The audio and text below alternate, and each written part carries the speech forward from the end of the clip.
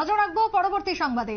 এতদিন বাংলাদেশে উঠছিল ভারত বিরোধী স্লোগান, তবে এবার ভারতে থেকেই ভারত বিরোধী স্লোগান। তবে গান্ধীর পথে জবাব দিল ভারত, জেলে না পাঠিয়ে বাংলাদেশি ছাত্রকে দেশে পাঠালো ভারত। ইতিমধ্যেই ভারতবর্ষে থেকেই ভারতের বিরুদ্ধে স্লোগান তুলে এক ছাত্র এবং তার বিরুদ্ধে পদক্ষেপ নিয়েছে ইতিমধ্যেই ভারত।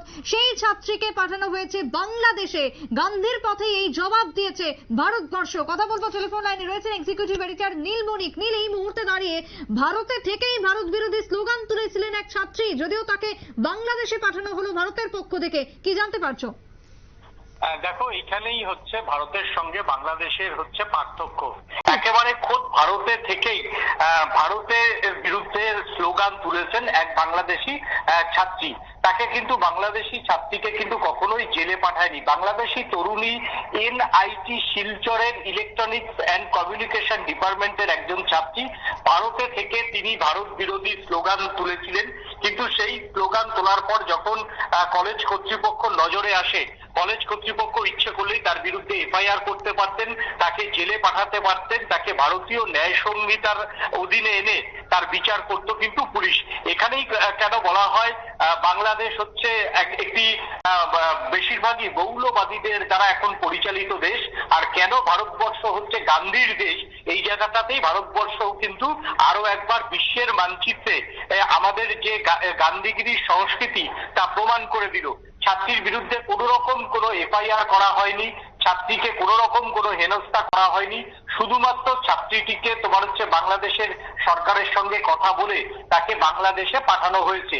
ইভেন এমনকি এই যে ছাত্রী, সেই ছাত্রীর নাম পর্যন্ত প্রকাশ করেনি আমাদের ইন্ডিয়া গভর্নমেন্ট বা ইন্ডিয়ার হাই কমিশন, কিন্তু নাম পর্যন্ত প্রকাশ করেনি এবং তার সিকিউরিটির জন্যই নাম প্রকাশ করা হয়নি বাংলাদেশি তরুণীর। বাংলাদেশ তরুণীর এনআইটি যে শিলচর, সেই শিলচর কর্তৃপক্ষ সোজাসুজি অসম গভর্নমেন্টের সঙ্গে কথা বলেন, শিক্ষা দপ্তরের সঙ্গে কথা বলেন। শিক্ষা দপ্তরের সঙ্গে কথা বলে সেখানকার স্থানীয় প্রশাসন অর্থাৎ বাংলাদেশের স্থানীয় প্রশাসনের সঙ্গে কথা বলে তাকে দেশে ফেরানোর ব্যবস্থা করেন। যেটা অভিযোগ ছিল, বেশ কয়েকটা ভারত বিরোধী পোস্টার এই বাংলাদেশি যে ছাত্রী, তিনি বাংলাদেশি ছাত্রী, সেখান থেকে তিনি শেয়ার করেছেন এবং বেশ কিছু ভারত বিরোধী পোস্টারে তিনি লাভ রিয়াক্ট দিচ্ছেন। তাহলে বুঝতেই পারছো বাংলাদেশি এই যে ছাত্রীর কত বড় স্পর্ধা, যে ভারতে পড়াশোনা করতে এসছে, ভারতে পাঠরত, অর্থাৎ ভারতে থেকেই ভারতের বিরুদ্ধে বা ভারত মাতার বিরুদ্ধে যে ষড়যন্ত্র, সেই ষড়যন্ত্র কিন্তু করছে। আমরা কয়েকদিন আগেই কি দেখলাম, যে ভারতের 7 সিস্টারকে যেখানে স্বাধীন করার একটা ডাক বাংলাদেশি এই উগ্রপন্থীরা দিচ্ছে, সেই সমস্ত পোস্টে এই ভারতে থেকে ভারতের শিলচর মানে অসমের শিলচর জেলায় পাঠরত অবস্থায় তিনি কার্যত ভারত বিরোধীর একটা অবস্থান নিয়েছে। কিন্তু সেই জায়গা থেকেই এটা আমার দেশ, আমার দেশ হচ্ছে অবশ্যই গান্ধীর দেশ, আমার দেশ নেতাজি সুভাষচন্দ্রর দেশ এবং আমার দেশ জানে কিভাবে অতিথিদের ফেরত পাঠাতে হয়। এবং বাংলাদেশি তরুণীর কোনো রকম কোনো ছবিও প্রকাশ করা হয়নি, তাকে গ্রেপ্তার করা হয়নি। তিনি যেহেতু ছাত্রী, তাই ভারত সরকার কিন্তু তাকে ক্ষমার চোখে দেখে তাকে দেশের ভিতর পাঠালো। এইটা যদি আজকে এই বাংলাদেশের যেভাবে ভারত বিরোধী তোমার হচ্ছে বাংলাদেশে যেভাবে স্লোগান তুলছে, সেইখানে কোনো ভারতীয় যদি বাংলাদেশের বিরুদ্ধে গিয়ে এই মৌলবাদের বিরুদ্ধে আওয়াজ তোলে, সেই ভারতের সন্তানের কি হবে সেটা একবার সবাই জানে।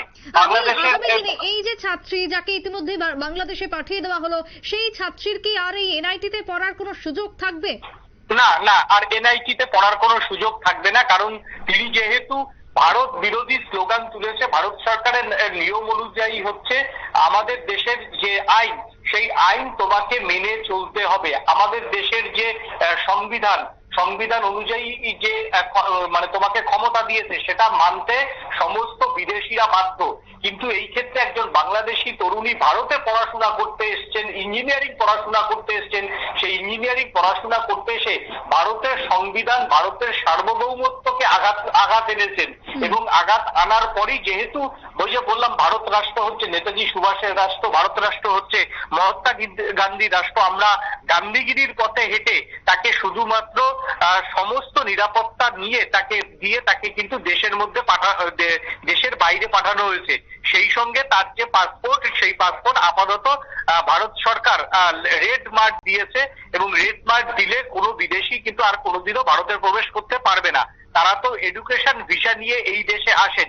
এই যে গতকাল আমরা দেখছিলাম যে বাংলাদেশের এক ধরনের নাগরিক কেন ভারত ভিসা দিচ্ছে না তা নিয়ে স্লোগান তুলছেন, তা নিয়ে আন্দোলন করছেন, যেখানে ভারত বিরোধী স্লোগান তারা তুলবেন, আবার ভারতের কাছে তারা মেডিকেল ভিসা চাইবেন, ভারতের কাছে তারা হচ্ছে এডুকেশন ভিসা চাইবেন, ভারতে চাইবেন, এবং সেইখানে যে কেন বাংলাদেশের এই নাগরিকদের ভারত ভিসা দিচ্ছে না সেটা নিশ্চয়ই আজকে আর বলার অপেক্ষা রাখে না। এই বাংলাদেশিদের বিরুদ্ধে অবশ্যই ভারত সরকারের কঠোর পদক্ষেপ নেওয়া উচিত ছিল এই বাংলাদেশি তরুণের বিরুদ্ধে, কিন্তু সেই বাংলাদেশি তরুণীর বিরুদ্ধে কোনো রকম কোনো কঠোর ব্যবস্থা ভারত সরকার নেয়নি, অসম সরকার নেয়নি। ইচ্ছে করলে হিমন্ত বিশ্ব শর্মার সরকার কিন্তু তাকে কিন্তু ইউপিএ অ্যাক্টে গ্রেপ্তার করতে পারত, অর্থাৎ দেশদ্রোহিতার অভিযোগে তাকে কিন্তু গ্রেপ্তার করতে পারত, সেটা কিন্তু ভারত সরকার করেনি। এটা বাংলাদেশের নাগরিকদের দেখা উচিত, ভারতের কাছ থেকে শেখা উচিত, যারা ভারতকে যেমনটা বলছিলে। একেবারে তাই। ধন্যবাদ নীল তোমায়। অর্থাৎ এই মুহূর্তে দাঁড়িয়ে যে বক্তব্য উঠে আসছে তাতে করে ভারতে থেকে ভারত বিরোধী স্লোগান এবং তার জেরে ওই ছাত্রীকে পাঠিয়ে দেওয়া হলো বাংলাদেশে, এমনটাই খবর উঠে আসছে ইতিমধ্যে ভারত সরকারের থেকে। ছোট্ট বিরতির পর ফিরবো, সঙ্গে থাকুন।